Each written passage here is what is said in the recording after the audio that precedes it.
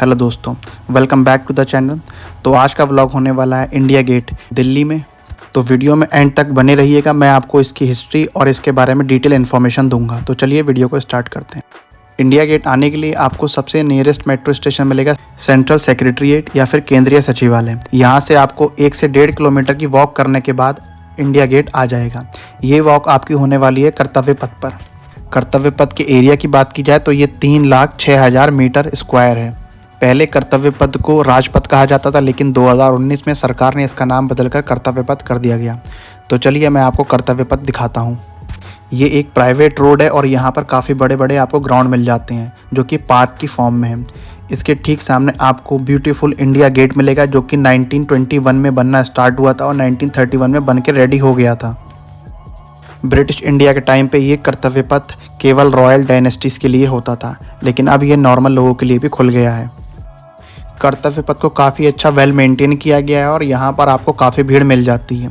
इस भीड़ में आपको फोटोग्राफर्स मिलेंगे और बच्चों के खेलने के खिलौने और स्ट्रीट फूड भी आपको यहाँ मिलता है। तो यहाँ पर आपको स्ट्रीट वेंडर्स और हॉकर्स मिलेंगे। इस कर्तव्य पथ पर आपको कुछ आर्टिस्ट भी मिल जाएंगे जो आपकी लाइव स्केच बनाएंगे। तो आप अपनी फ़ोटोग्राफ देके या सामने बैठकर भी अपने लाइव स्केचेस बनवा सकते हैं जो कि पेंसिल से बनाए जाएंगे। कर्तव्य पथ पर आप अपनी फैमिली और फ्रेंड्स के साथ आ सकते हैं। उसको एज अ पिकनिक स्पॉट भी आप यहाँ पर घूम सकते हैं। तो इसके चारों तरफ आपको ये ग्राउंड्स मिल जाते हैं और ग्राउंड के ठीक सामने आपको पड़ेगा सेंट्रल सेक्रेटरीट और इसके पीछे ही आपको मिलता है इंडिया गेट का फुल ओवरव्यू। जिस दिल्ली को लुटियंस ने बसाया था उस दिल्ली में ये कर्तव्य पथ केवल रॉयल फैमिलीज़ के लिए होता था। कर्तव्य पथ से पहले इसका नाम राजपथ था और राजपथ से पहले इसका नाम था किंग्सवे, जिसका मतलब होता है राजाओं के गुजरने की रास्ता। तो चलिए आगे बढ़ते हैं और मैं आपको इस एरिया का पार्किंग एरिया दिखाता हूँ और साथ ही साथ आपको इसमें बने हुए पॉन्ड्स दिखाऊँगा। और यहाँ पर बच्चों को खेलने के लिए और उनको फ़ोटो खिंचवाने के लिए इस तरीके के मिक्की माउस वगैरह होते हैं। और पार्क के पास ही आपको मिल जाते हैं काफ़ी सारे पॉन्ड्स। ये पॉन्ड्स कर्तव्य पथ पर 2 पैरेलल लाइन में बने हुए हैं और इनके बराबर में ही आपको अंडरपास भी मिल जाता है। तो ये पॉन्ड्स अगर आप देखेंगे तो छोटे से फाउंटेन्स भी मिलेंगे। तो आप चलिए आगे बढ़ते हैं और मैं आपको इसका पार्किंग एरिया और साथ ही साथ इसमें लगे हुए स्ट्रीट वेंडर्स जो कि यहाँ सामान बेचते हैं उनकी शॉप्स दिखाता हूँ।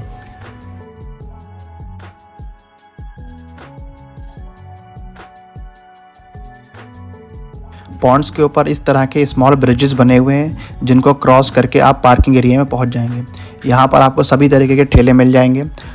यहाँ पर आपको वाटर बॉटल्स मिल जाएंगी, मोमोज मिल जाएंगे, स्वीट कॉर्न्स मिल जाएंगे, आइसक्रीम मिल जाएंगी और खेलने के लिए भी आपको काफ़ी सामान मिल जाएगा। तो यहाँ पर आप बच्चों के खेलने का सामान ले सकते हैं। साथ ही साथ आपको यहाँ पर भेलपूरी, गोलगप्पे और सब तरीके का फूड अवेलेबल मिल जाता है। पार्किंग वाले एरिया में आपको स्मॉल इलेक्ट्रिक बाइसिकल्स और इलेक्ट्रिक कार्स भी मिल जाती हैं जिसमें बैठ के आप राइड कर सकते हैं। सभी एज ग्रुप के लिए एप्लीकेबल रहती हैं। तो आप इसका टिकट लेके इसे घूम सकते हैं और एंजॉय कर सकते हैं। इसके पार्किंग का एरिया काफ़ी बड़ा है, लेकिन इसकी पार्किंग फ्री ऑफ कॉस्ट नहीं है, तो इसके लिए आपको पे करना पड़ेगा। पार्किंग में अपने व्हीकल को पार्क करने के बाद आप यहाँ पर आगे बढ़ेंगे और रोड के उस साइड में आपको इंडिया गेट मिलता है। तो कॉलेज टूर्स, स्कूल टूर्स भी यहाँ पर आते हैं और जो लोग अपने फैमिली के साथ आते हैं वो अपने छोटे बच्चों को इस तरीके की कार में राइड्स करवाते हैं। कर्तव्य पथ पर आगे बढ़कर आपको दूसरा पॉइंट मिलेगा। इसी तरीके से सारे पॉइंट्स एक दूसरे से इंटरकनेक्टेड हैं जो कि 2 पैरेलल लाइन में सिचुएटेड हैं। कर्तव्य पथ के पीछे वाले रोड का साइड ये सेंट्रल सेक्रेटरीट की तरफ जाता है। तो यहाँ से अगर आप देखेंगे तो इंडिया गेट काफ़ी दूर दिखाई देगा। इस कर्तव्य पथ को गवर्नमेंट ऑफ इंडिया ओन करती है जो कि टाइम टू टाइम इसकी सफाई भी करवाती है और यहाँ पर गार्डनिंग भी काफ़ी अच्छी है। तो इसके चारों तरफ आपको गार्डन्स मिल जाते हैं, लेकिन इसके जो पॉन्ड्स हैं उसमें पानी में जाने के लिए सबके लिए प्रोहिबिटेड है। तो कोई भी पानी के अंदर नहीं जा सकता। ये रिस्ट्रिक्शन लोगों की सेफ्टी के लिए लगाए गए हैं। कर्तव्य पथ का रोड और गार्डन के बीच में आपको इस तरीके की चेन लगी हुई मिलती है। साथ ही आपको यहाँ पर बोर्ड भी लगा हुआ मिलता है जिसमें 4 लैंग्वेज में कर्तव्य पथ लिखा हुआ होता है। तो चलिए चलते हैं इंडिया गेट की तरफ। अब इंडिया गेट रोड के उस साइड में है, तो वहाँ तक जाने के लिए आपको रोड क्रॉस करने की ज़रूरत नहीं है। इसके लिए सी हेक्सागोन अंडरवे बना दिया गया है। तो अगर आपको जाना है तो आप अंडरपास से इससे जा सकते हैं। तो चलिए मैं आपको इसका अंडरपास दिखाता हूँ। ये इस तरीके का अंडरपास है जिसे काफ़ी बड़ी फॉर्म में बनाया गया है। तो आप इसके अंदर जाएंगे रोड के इस साइड से और रोड के नीचे से क्रॉस होते हुए इंडिया गेट के दूसरे साइड में पहुंच जाएंगे। कर्तव्य पथ की डिटेल्स और इसका रोड मैप आपको यहाँ पर बने बैनर में दिख जाएगा। इसी बोर्ड के बराबर में आपको एक और बोर्ड मिलेगा जिसमें लिखा हुआ है यूज़ अंडरपास। तो ये इस तरीके का अंडरपास है कि अगर आप व्हील चेयर पर हैं या हैंडीकैप्ड हैं तो आप फिर भी इससे आसानी से जा सकते हैं। तो अब मैं आ गया हूँ इसके अंडरपास में। अंडरपास में आपको 2 तरीके की सीढ़ियाँ मिल जाती हैं, दोनों साइड से आप आ सकते हैं। उसके बाद आपको इसका थोड़ा सा पैदल रास्ता चलना है, जिसके बाद आपको इंडिया गेट मिल जाएगा। इस अंडरपास में मेटल डिटेक्टर मशीन भी लगी हुई है, तो आपको इसके अंदर से क्रॉस करना पड़ेगा। क्रॉस करने के बाद आपको इसकी वॉल्स पर इसकी हिस्ट्री मिल जाएगी, कैसे कलकत्ता से दिल्ली को इंडिया की कैपिटल में शिफ्ट करा गया और 1911 में दिल्ली दरबार की सभा में इस डिसीजन को इम्प्लीमेंट कर दिया गया। तो आपको इस तरह की बहुत सारी हिस्ट्री की बातें यहाँ पर वॉल पे बने पोस्टर्स पे मिल जाएंगी, तो आप इसको ज़रूर पढ़ें। इंडिया गेट के कंस्ट्रक्शन के टाइम के फ़ोटोग्राफ्स भी आपको इसमें मिल जाते हैं। पहले यहाँ से एक रेलवे लाइन भी जाती थी, जिसे बाद में शिफ्ट करके यमुना नदी के पास कर दिया गया। लगभग 200 मीटर के अंडरपास को आप क्रॉस करेंगे और साथ ही साथ यहाँ पर लाइट भी जलती रहती है। तो अंडरपास को क्रॉस करने के बाद आपको सबसे पहले ये बोर्ड मिलता है। इस बोर्ड में आपको डिटेल्स मिल जाती हैं, विजय चौक, इंडिया गेट। और चलो तो अंडरपास का रास्ता कंप्लीट हो गया। अब मैं ऊपर जाता हूँ और आपको दिखाता हूँ इंडिया गेट का पास का फर्स्ट इंप्रेशन और ओवरव्यू। तो गेट से निकलते ही आपको सामने मिल जाता है ब्यूटीफुल इंडिया गेट, और इसके पीछे आपको ये रोड मिल जाता है जिसके नीचे से अभी हम होते हुए आए हैं इंडिया गेट की तरफ। यहाँ पर भी आपको एक रोड मिलती है। इस रोड से आपको 100 मीटर्स क्रॉस करने के बाद आपको इंडिया गेट मिल जाता है। इंडिया गेट के चारों तरफ आपको काफ़ी भीड़ मिलती है और इसके भी साइडों में आपको गार्डन्स मिल जाते हैं। तो चलिए इंडिया गेट की हिस्ट्री की बात करते हैं। इंडिया गेट 10 फरवरी 1921 को बनना स्टार्ट हुआ था और 12 फरवरी 1931 में बन के तैयार हो गया था। तो इसको बनने में लगभग 10 साल का समय लगा था। इंडिया गेट को ऑल इंडिया वॉर मेमोरियल या फिर अखिल भारतीय युद्ध स्मारक भी कहते हैं। इसमें टोटल 74,187 इंडियन सोल्जर्स और 13,300 यूनाइटेड किंगडम के सोल्जर्स का नाम इनग्रेव्ड है। इंडिया गेट की दीवारों पर लिखे गए इन 90,000 सैनिकों का नाम इसलिए लिखा गया है क्योंकि वर्ल्ड वॉर 1 और इंडिया अफगानिस्तान के बीच में होने वाले युद्ध के बीच में जो सैनिक शहीद हुए थे उनके स्मारक इसमें बने हुए हैं। उन सभी के नाम यहाँ पर लिखे हुए हैं जो कि अंग्रेज़ों के टाइम से लिखे गए थे। ये नाम 1914 से लेकर 1921 में हुए युद्धों के बीच में शहीद सैनिकों के नाम हैं। इंडिया गेट का डिज़ाइन सर एडविन लुटियंस ने बनाया था और माना जाता है यही दिल्ली को बसाने वाले भी हैं। इंडिया गेट पे भी आपको इस तरीके के चारों तरफ पॉइंट्स मिल जाएंगे। यहाँ पर फाउंटेन्स भी लगे हुए हैं जिसमें रात में लाइट जलती है। तो वीडियो में एंड तक आप बने रहिए, मैं आपको रात का व्यू भी इसमें दिखाऊंगा और इंडिया गेट पर किस तरीके की लाइट जलती हैं वो भी आपको दिखाऊंगा। तो शाम का टाइम हो गया है और अब इंडिया गेट पर लाइट जल गई है। तो इसके सबसे ऊपर आपको ट्राई कलर्स मिलते हैं। तिरंगे के 3 कलर्स होते हैं जो कि टॉप पर होते हैं। बीच में इसमें एक येलो कलर की लाइट जलती है और ये इसके दूसरे साइड का रोड है। इस रोड के ठीक सामने आपको एक अम्ब्रेला शेप का एक स्ट्रक्चर मिलेगा। इसमें पहले जॉर्ज 5 की स्टैचू लगी हुई थी। 1947 में इंडिया को आज़ादी मिलने के बाद यहाँ से जॉर्ज 5 की स्टैचू हटा दी गई। बाद में 2019 में भारत सरकार ने यहाँ पर नेताजी सुभाष चंद्र बोस का स्टैचू लगवा दिया जो कि इंडिया गेट के ठीक सामने सैल्यूट करते हुए सोल्जर्स को दिखता है। इंडिया गेट रेड मार्बल और येलो सैंडस्टोन मार्बल से बना हुआ है। इसके ठीक सामने आप देखेंगे काफ़ी भीड़ लगी रहती है और शाम में ये भीड़ और ज़्यादा बढ़ जाती है। शहीद सैनिकों की याद में यहाँ पर एक राइफल के ऊपर सोल्जर हेलमेट लगा के ये स्टैचू बना के रख दिया गया है। इसके साथ ही यहाँ पर अमर ज्योति जवान की लौ भी जलती है जिसे हर साल देश के प्रधानमंत्री और तीनों सेनाओं के अध्यक्ष फूल चढ़ाकर श्रद्धांजलि देते हैं। इंडिया गेट की सभी दीवारों पर हजारों सैनिकों के नाम खुदे हुए लिखे हुए हैं और साथ ही साथ इसमें सबसे ऊपर अंग्रेजी में लिखा हुआ है,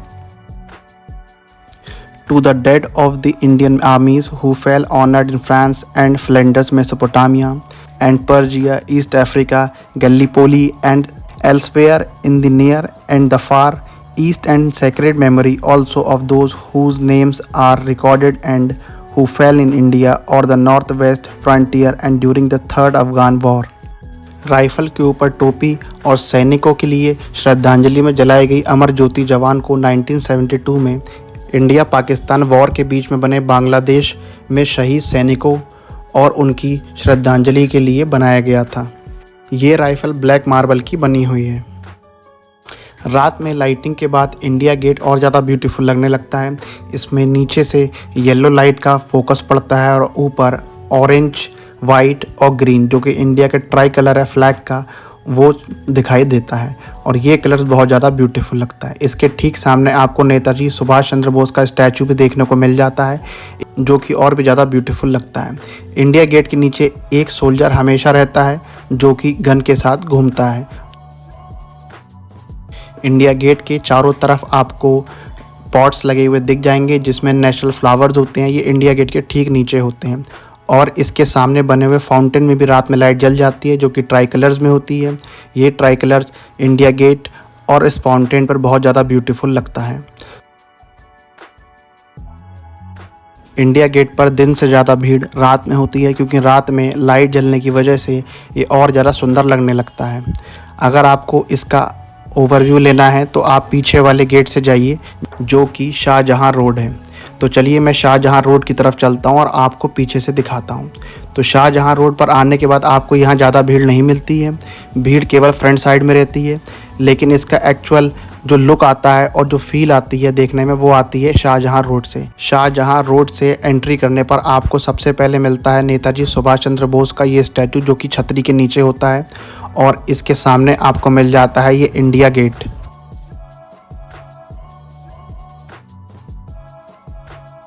इंडिया गेट की टोटल हाइट मीटर्स में 42 मीटर्स है और फिट में बात की जाए तो ये 138 फीट टॉल है। इंडिया गेट पर लाइटिंग इस तरीके से की गई है कि सारा फोकस इसके सेंटर में पड़ता है और इसमें जो गार्डन बनाया गया है छोटा सा इसके आसपास, उस पर भी लाइटें डलती हैं।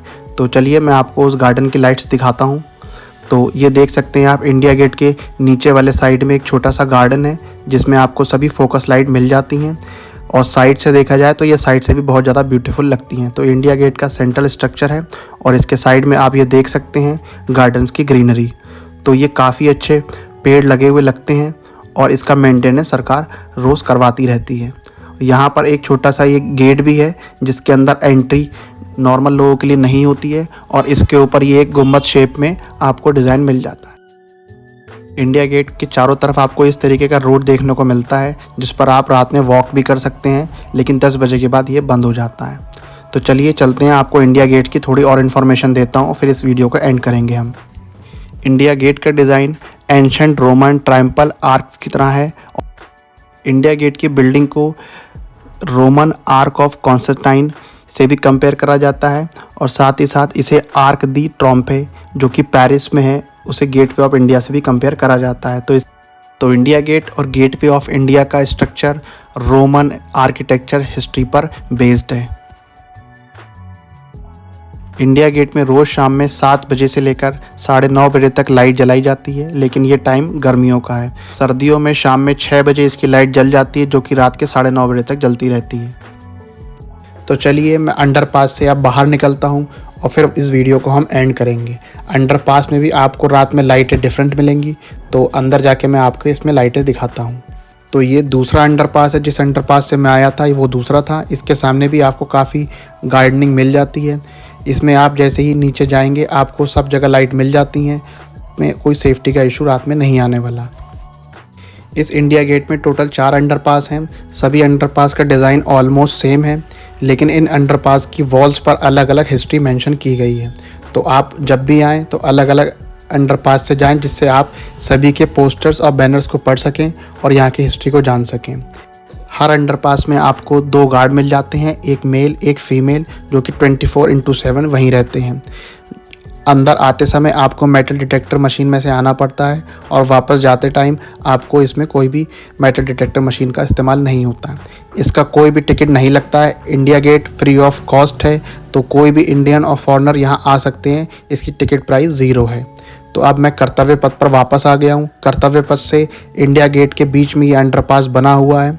तो रात में आप देख सकते हैं ये इस तरीके का कर्तव्य पाथ लगता है। मैंने आपको दिन में भी कर्तव्य पाथ दिखाया था किस तरीके से लगता है। रात में यहाँ भी लाइटें जल जाती हैं और यहाँ से इंडिया गेट का बिल्कुल सेंट्रल व्यू आपको मिल जाता है। तो चलिए इस वीडियो को यहीं एंड करते हैं। अगर आपको वीडियो पसंद आया हो तो वीडियो को लाइक करिए, चैनल को सब्सक्राइब करिए और अपने दोस्तों के साथ इस वीडियो को शेयर करिए। क्योंकि ऐसी वीडियो मैं आपके लिए लेके आता रहता हूँ।